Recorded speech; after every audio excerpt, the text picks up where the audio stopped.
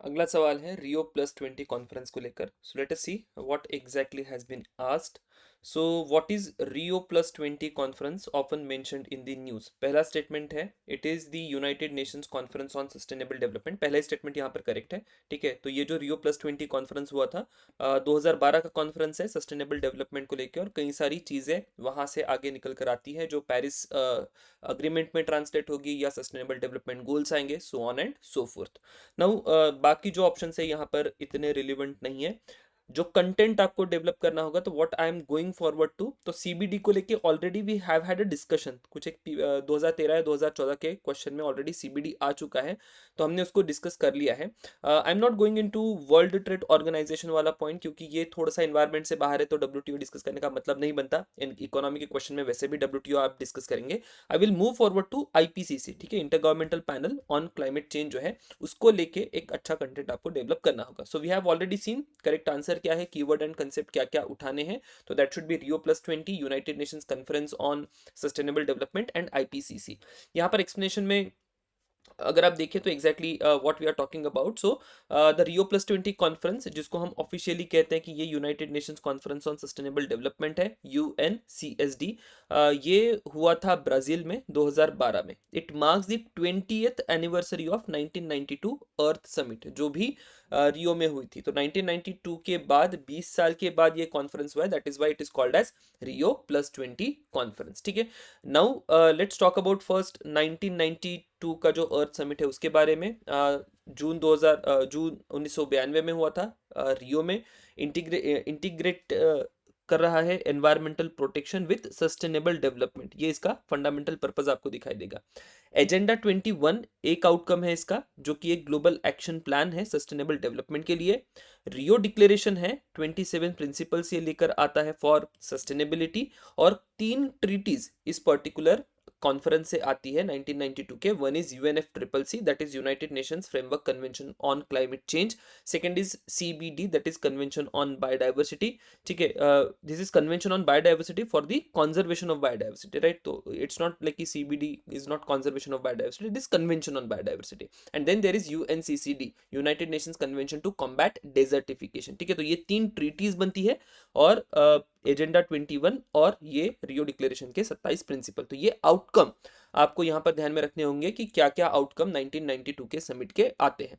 1992 के समिट के बाद अगर आप एक टाइमलाइन देख ले, यहाँ पर मैंने टाइमलाइन भी दी है। So if I have a 1992 का समिट, ये आउटकम्स आप यहाँ पर देख सकते हैं।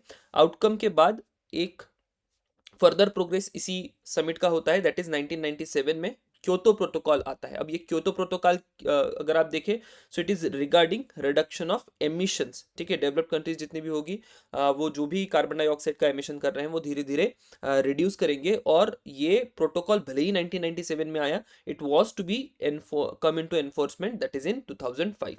मीनवाइल 2000 में मिलेनियम डेवलपमेंट गोल्स आते हैं, जो कि अटेन करने थे या अचीव करने थे 2015 तक। 2002 का एक जोहानिसबर्ग समिट होता है, जिसमें ये बात होती है कि जो भी एजेंडा 21 के प्रिंसिपल्स है या एजेंडा 21 में जो कुछ भी डिसाइड होता है, we will try to implement that particular part and then jump back to Rio 20+ वाला conference. I come to this Rio +20 वाला conference. Let us read this data first. So when it comes to Rio +20 conference, क्या कहा जाता है इसको, we have already said. कहाँ पर held हुआ था वो भी हमने देख लिया।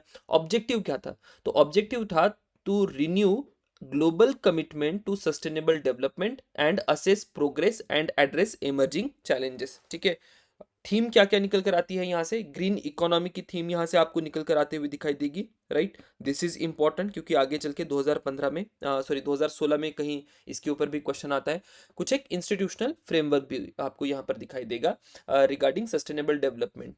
नाउ की आउटकम, 3 की आउटकम आपको यहाँ पर ध्यान में रखने होंगे। वन इज एक डॉक्यूमेंट आता है which is called as the future we want. Question हो सकता है कि ये फ्यूचर वी वांट डॉक्यूमेंट कहाँ पर आया। Then second thing which comes out is there is a decision on the development of sustainable development goals, जो कि 2015 से फिर लागू भी होते हैं। And then there comes a thought की let us strengthen United Nations environment programme and initiate high level political forum. ठीक है, तो यहाँ से इतनी 3 चीज़ें आपको ध्यान में रखनी होगी कि 3 चीज़ें एक आउटकम यहाँ पर प्रोवाइड करती हैं। सो मैंने इसको थोड़ा सा ब्लॉक डायग्राम में दिखाया। तो 2012 की जो रियो समिट है उसमें सबसे पहले ध्यान में रखना है SDGs की बात हुई। Then we talk about green economy, और तीसरी बात we talk about future we want करके एक डॉक्यूमेंट आता है which is a framework for sustainability. So these are the three things which are coming out of the Rio 20 summit. Now once we are done with this Rio 20 वाला part, let us move on to the next part. IPCC आपको ध्यान में रखना होगा, that is Intergovernmental Panel on Climate Change. अब ये जो IPCC है इस्टेब्लिश हुआ था 1988 में. बहुत बार कंफ्यूजन होता है कि IPCC ये आपके जितना भी एनवायरमेंट रिलेटेड यूनाइटेड नेशंस की एजेंसी है उसी का एक पार्ट है. तो no, IPCC is not part of that. अगर आप IPCC का एक स्ट्रक्चर देखें तो IPCC is like in combination है वर्ल्ड मेट्रोलॉजिकल ऑर्गेनाइजेशन और यूनाइटेड नेशंस एनवायरनमेंट प्रोग्राम. इनके एकत्रित जो भी एफर्ट्स होंगे उसका परिणाम आपको दिखाई देगा, that is IPCC. Now this is the leading international body on climate change, right. Objectives क्या क्या है और फंक्शन कैसे करती है, इस पे भी क्वेश्चन हो सकते हैं. तो इनका एक सिंपल ऑब्जेक्टिव है, they assess the scientific information. Climate change को रिलेटेड जितने भी साइंटिफिक इंफॉर्मेशन आएगी वो उसको असेस करेंगे. उसका जो इम्पैक्ट होगा, रिस्क होगा, फ्यूचर में क्या करना पड़ेगा उसको इवेल्युएट करेंगे. और ये जितने भी पॉलिसी मेकर्स होते हैं उन पॉलिसी मेकर्स को एक रिपोर्ट, साइंटिफिक ओपिनियन प्रोवाइड करते हैं in the form of report या अदरवाइज ऑल्सो, जिससे वो जो पॉलिसी मेकर्स होंगे क्लाइमेट चेंज से वो कैसे लड़े या क्लाइमेट रिलेटेड डिसीजन मेकिंग कैसे हो उसकी उनको एक जानकारी दी जाती है. फंक्शंस अगर आप एग्जैक्टली देखें, सिंपल फंक्शनिंग है. पूरी दुनिया में जितने भी क्लाइमेट को लेकर रिसर्च होते हैं उन साइंटिफिक रिसर्च को IPCC स्टडी करता है. सो IPCC on its own do not conduct any type of scientific research. ठीक है, तो वो सिंपल एक काम करेंगे कि साइंटिफिक पेपर जितने पढ़े उसको स्टडी करेंगे और उसका एक रिपोर्ट बना देंगे, फिर जिसको कहा जाएगा कि ये है असेसमेंट रिपोर्ट. अब ये जो असेसमेंट रिपोर्ट है जनरली 5 या 6 साल में आती है, कहीं 6 या 7 साल में भी, मतलब वो स्टडी जैसे ही कंप्लीट हो जाए then we get this assessment report. So last report की अगर बात करें तो AR6 असेसमेंट रिपोर्ट 6 आ चुकी है 2021-23 के पीरियड में. आपको ये असेसमेंट रिपोर्ट आते हुए दिखाई देगी. अदर देन असेसमेंट रिपोर्ट बाकी रिपोर्ट्स भी आपको यहाँ पर निकलती हुई दिखाई देती है. तो कुछ एक स्पेशल रिपोर्ट्स की भी बात होती है, वो टाइम एंड अगेन ये स्पेशल रिपोर्ट जो है वो आती रहती है. ग्लोबल वार्मिंग को लेकर स्पेशल रिपोर्ट आई थी. क्लाइमेट चेंज एंड लैंड, ये एक इंपॉर्टेंट थीम रही, इसको लेके फिर मेंस में भी 2019 में क्वेश्चन बनता है. Ocean and cryosphere in a changing climate, ये भी एक इंपॉर्टेंट रिपोर्ट आपको दिखाई देगी. और कुछ एक सिंथेसिस रिपोर्ट भी होती है. Now you are not suppose to go in the details of this report, एक एक करके क्या लिखा है इन रिपोर्ट्स में वो आपको नहीं देखना है. You just have to have an idea कि ये जो IPCC है, IPCC की कुछ असेसमेंट रिपोर्ट्स होती हैं, कुछ स्पेशल रिपोर्ट्स होती है, और स्पेशल रिपोर्ट में ये स्पेशल रिपोर्ट आई है. हाल फिलहाल में जो भी रिपोर्ट आएगी उसके बारे में हमें बात करनी होगी. So that is where question will lie. अगर आप IPCC का स्ट्रक्चर देखें, 3 वर्किंग ग्रुप होते हैं, एक टास्क फोर्स होता है. Again I am not like convinced कि यहाँ पर कहीं क्वेश्चन होगा, तो जस्ट ध्यान में रखना है कि 3 वर्किंग ग्रुप होते हैं और एक टास्क फोर्स होती है, दैट इज इट. सिग्निफिकेंस की भी बात करें तो जितना भी क्लाइमेट चेंज को लेके इनिशिएटिव्स वर्ल्ड वाइड हो रहे हैं तो कहीं ना कहीं IPCC की असेसमेंट रिपोर्ट्स होती है. इस असेसमेंट रिपोर्ट्स में कुछ एक जानकारी हमें मिलती है और उसी पर बेस्ड हमारा अगला डिसीजन होता है. सो that is how things work here. So that is what I will know about and remember about IPCC. ठीक है, तो ये 3 चीजें यहाँ पर हमने प्रिपेयर करी.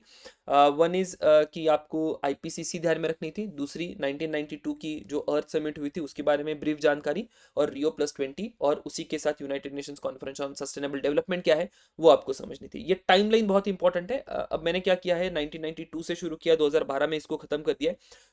कुछ एक सेपरेट मैप या किसी एक चीज में मैं क्या करूंगा, I just put a whole timeline 1972 से लेके अब 2025 तक क्या हुआ है उसको हम लोग एक ब्लॉक डायग्राम में समझ लेंगे. तो will see you in that particular part. Questions को देखें तो 2016 या 2017 का एक क्वेश्चन है, partnership for action on green economy, UN mechanism to assist countries towards transiting greener and more inclusive economies emerged at.